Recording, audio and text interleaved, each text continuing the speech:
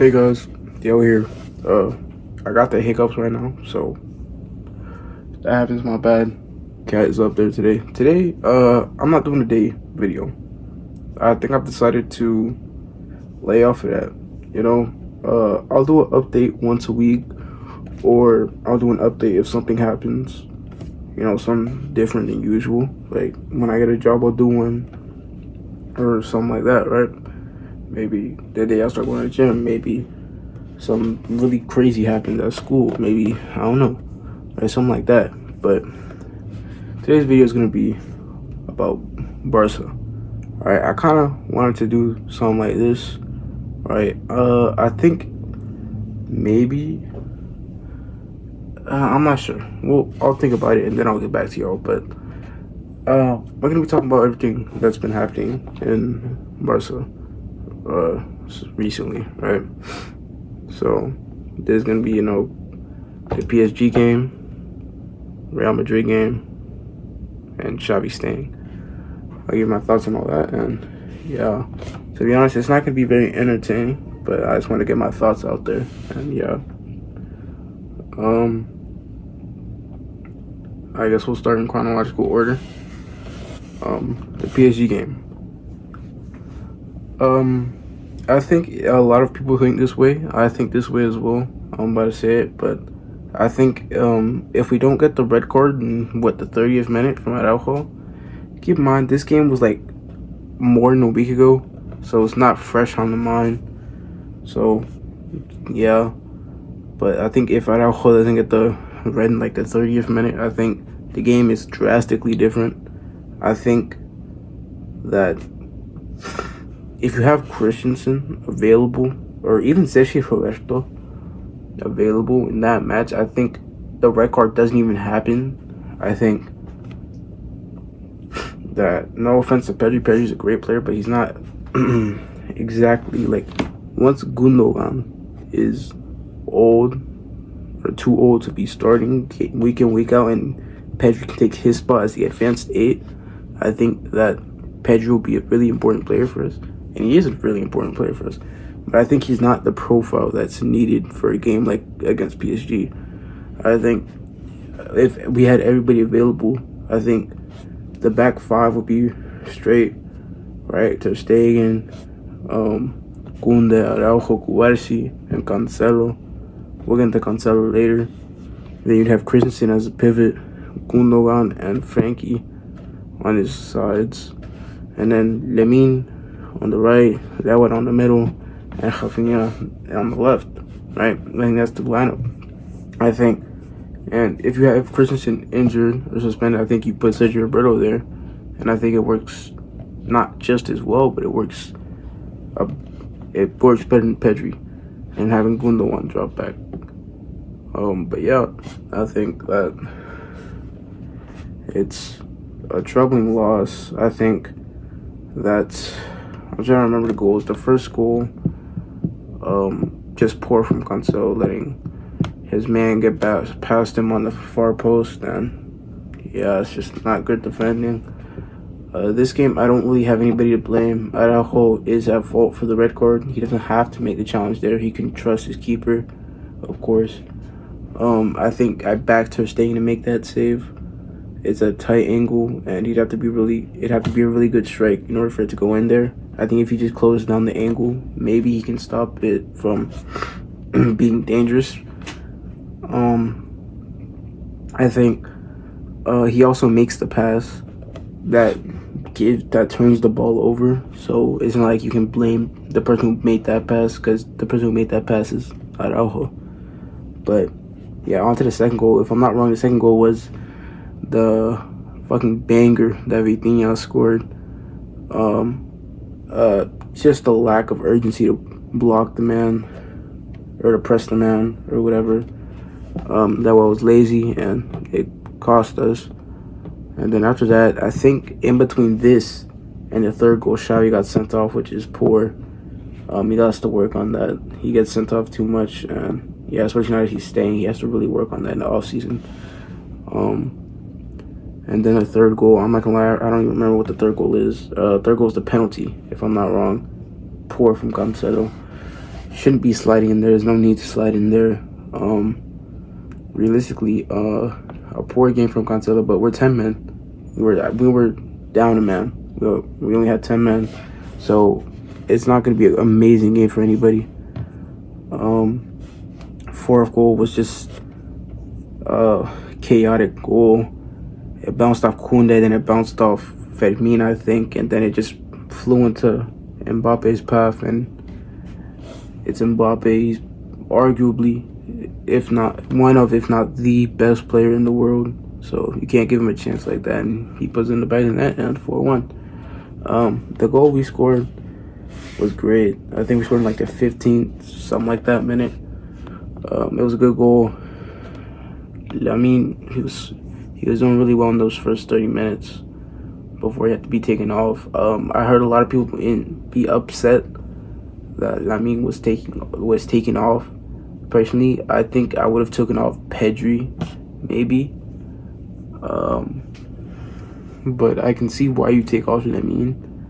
Because if you take off Pedri, maybe you put Rafinha in midfield, because we've seen him do that before. I don't know. I'm not Xavi, but it's a red card. You can't say too much on that game. But yeah, on to the Real Madrid game. I think that game hurt a little bit. I can't say it hurt more, because the PSG game, we just made it to the quarterfinals for the first time in however many years, right? Not only that, but it looked like we could potentially be going to the finals. We had the better side of the bracket, right? And we were confident against the other two teams in the other match, right? So if we got past PSG, it looked like we were favorites to go to the final. So it was unlucky that we got the red card. I won't say it's unlucky, but it was unfortunate, which is the same word pretty much, but it sounds a little different. So we'll that we got the red card, which I personally believe ruined the game for us, and I think that if we didn't get it, we would have won. But regardless, let's move on to the Madrid game. That game, I think, let's just get into it. We scored first in I think it was before the 10th minute. I don't know the exact minute, but Christian scores from a header. I think Rafinha got the assist. It was from a corner. He's on the back post. It's a corner from the right side. Rafinha swings it in. I think it's an in-swinger, if I'm not wrong. He swings it in. Christensen's on the back post. When he fails to get a hand to the ball, it's just an easy header. I forget who they had marking Christensen, but it was an easy header. He rose up, put it in the back of the net, 1-0. I don't know, like 10 minutes later, maybe. I'm not sure. Cancelo. A terrible performance these last two games from him. Terrible. I kind of excused it in the PSG game. We were down a man, so. But this game, it was so poor. I think that all three goals could have been prevented if Cancelo was playing a better game defensively, of course. I think offensively in both games he didn't do well, but I think it's what it is, Yeah, but Cancelo dives in. No, he doesn't dive in. My bad. I'm thinking about the other penalty they gave him against PSG. But for this penalty, he doesn't give it away. Guardi gave it away. I think after looking at it, it does look similar to the Saka penalty that was not given in the Bayern Munich versus Arsenal first leg at the Emirates. But I think you still kind of have to give it. In real time, when I was watching the game live, I did think that, it's a penalty. You can't really refuse it. It's a stonewall penalty, so I was mad, but I was like, it's a penalty. Yeah, but Cancelo fails to block the ball. He's trying to guard it, let it go out for a goal kick. He fails. Luka Vázquez gets around him, comes in, skips the ball past Guardi. Guardi sticks a leg out, and he trips. It does seem like he makes his leg go into Kubarsi, but it's whatever. The game's passed. I don't really care as much anymore. I still care, but it is what it is at the end of the day. Moving on from that, the second goal we score, I'm trying to remember what it was. I remember now. Wait, no. That's the wrong game.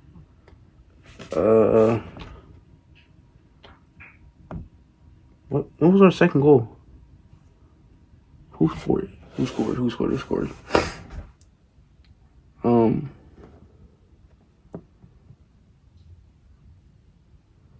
I think we'll go into the false goal first. The game had a few controversial decisions. Barca could have had a penalty. I don't think it was a penalty personally, but it was on the table. But the most controversial part was the goal that was ruled out wrongfully, in my opinion. I do think that the ball crossed the line. I mean, I think he gets the ball from a corner or something, and like, I don't know how he did it. It was a really good piece of fucking skill, but he like, I don't know how to explain it, but like, he like receives the ball. This is what I mean, right? He receives the ball, and then with his left foot, he just kind of like lets it skip over, and it like goes towards the goal. It's weird, but it goes in the goal, and it goes in. Lunin grabs it and goes out, and since there's no goal line technology that was not given, I personally do believe that it went over the line. From what I've seen, you can craft your own opinion, but I do believe that it went over the line. I think that it was wrong decision. Once again, it is what it is. I'm still trying to remember the second goal we scored, to be honest with you. I cannot remember. This game happened like 3-4 days ago, so yeah. It's April 25th, so yeah.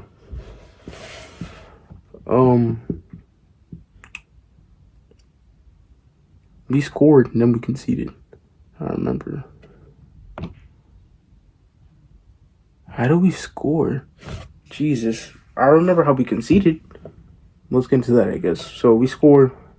I think I think I remember looking at it and adding it up and seeing how much time was in between the goals. I want to say 4 minutes in between when we scored and when we conceded the second goal. Right? I think it was Vinicius Jr. going down the left wing. I think he puts the cross into the back post. Pretty much a replica of the goal that Bella scored against us in the PSG match. Lucas Vazquez on the back post. Cancelo leaves his man on his back shoulder, let him run. Easy finish. And not an easy finish, but like, it's something you'd expect him to score. Right? He just puts it in, right? And then, personally, I think that we were playing pretty decently. I think that the game probably deserved to end in a draw. I think we could have easily won the game. I think that we were the better side overall. But yeah, obviously the last goal ended 3-2 to Madrid. Last goal, Cancelo's lazy, pressing to get into his man. He doesn't want to close him down, so Lucas Vazquez has an easy cross to put in. It goes, I think Joselu flicks it back, and then it gets a Bellingham, he puts it onto the roof, and it's a goal. That one's not as on Cancelo, but it's still on him. He should be doing more to get to his man and close him down. But yeah, I think the center backs could do better. But yeah, it's a poor goal to concede in general. It's just a poor defensive display there, personally, I believe. But yeah, I'm still trying to think of how we scored the second goal. I can't even remember who scored. I think, was it Rafinha? It was Rafinha, if I'm not wrong. Was it?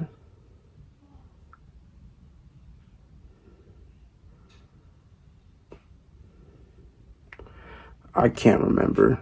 I'm so annoyed because I can't remember. I think it was Rafinha, though. I just can't remember how he scored it.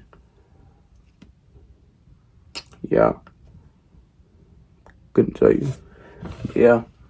That's the Madrid game. I think that that game we could have won. We should have at least gotten a point there. I think that we should have won. Wait, was that? I think the disallowed goal was actually when we were 1-0 up, so it would have went 2-0 up. Actually, if I'm not wrong. But yeah, that's the Madrid game. We're not gonna spend too much more time on it. It's already been 15 minutes, so I'm gonna try and wrap it up quick with the Xavi staying. This, I think it was just confirmed today, if I'm not wrong. But Xavi staying.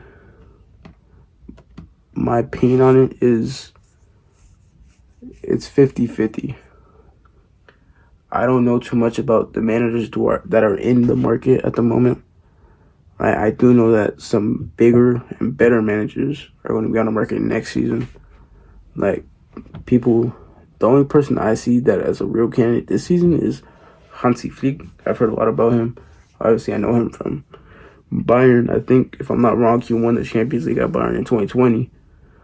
But yeah, from what I've seen of him, he didn't do well at Germany, right?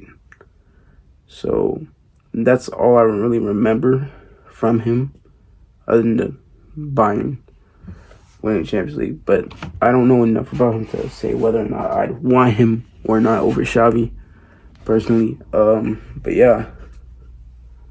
So Xavi staying, I have no real problem with it, especially because of the form that we've shown in the last 2 months or so. I think we put up a good fight against Madrid. Arguably, we could have won, but that's neither here nor there. Against PSG, it was an individual error that ruined our game. And yeah.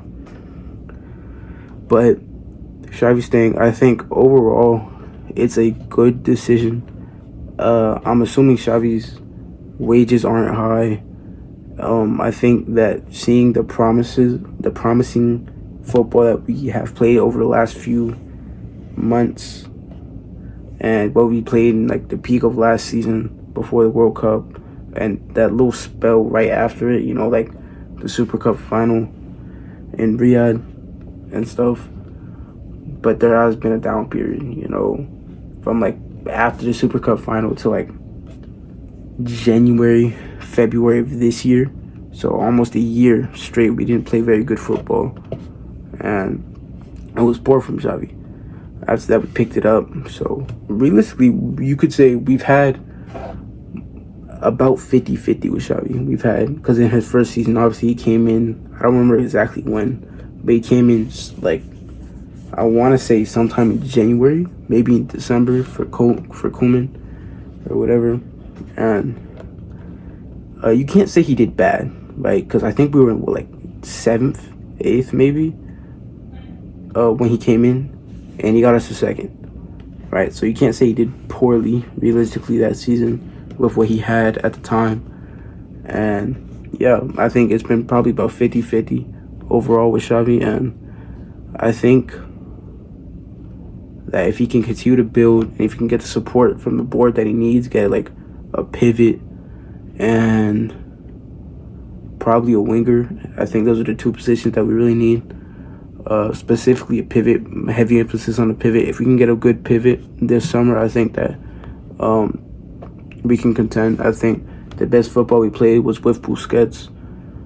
And yeah, I think Busquets leaving was a really crucial part to our defensive downfall at the beginning of the season. But yeah, I think Xavi staying is a net positive. There's obviously some negatives, Can he stay on the touchline, not get sent off? Can he manage the players, one-on-one, Can he improve his tactics so we score more, or not exactly score more, but can we win more convincingly? Can we concede less? All these are questions. Can we compete with Madrid? Can we be better than Madrid? Can we compete in the Champions League? Obviously, there's a new format next year, but it's whatever at the end of the day. But yeah, I think it's a positive that he's staying. He has an option for another year, so he would continue till 2026 then, because he's only continuing till 2025 right now. But if he does well and Xavi and the board agrees that he can add a year to that, and he can continue to 2026. So yeah, I think whether or not he leaves at the end of next season or stays, I think if he stays, that means he did well the previous season, which is a good thing for him staying. But if he does and he leaves because he did poorly or he just didn't do enough, then there's still managers like Luis Enrique and Pep Guardiola, maybe even, who are on the market. I'm still a little sick, I'm sorry. But yeah, I think it's an overall positive. That's my take on Xavi staying, and I think that should be all. Yeah. If y'all want to see more videos like this, leave a like or whatever. Maybe leave a comment. And yeah, I might start doing reviews after every Barca match. Get into that, and I think that should be all. Thank you guys for watching. If you're watching, of course. Goodbye, good night, all that good stuff, and yeah.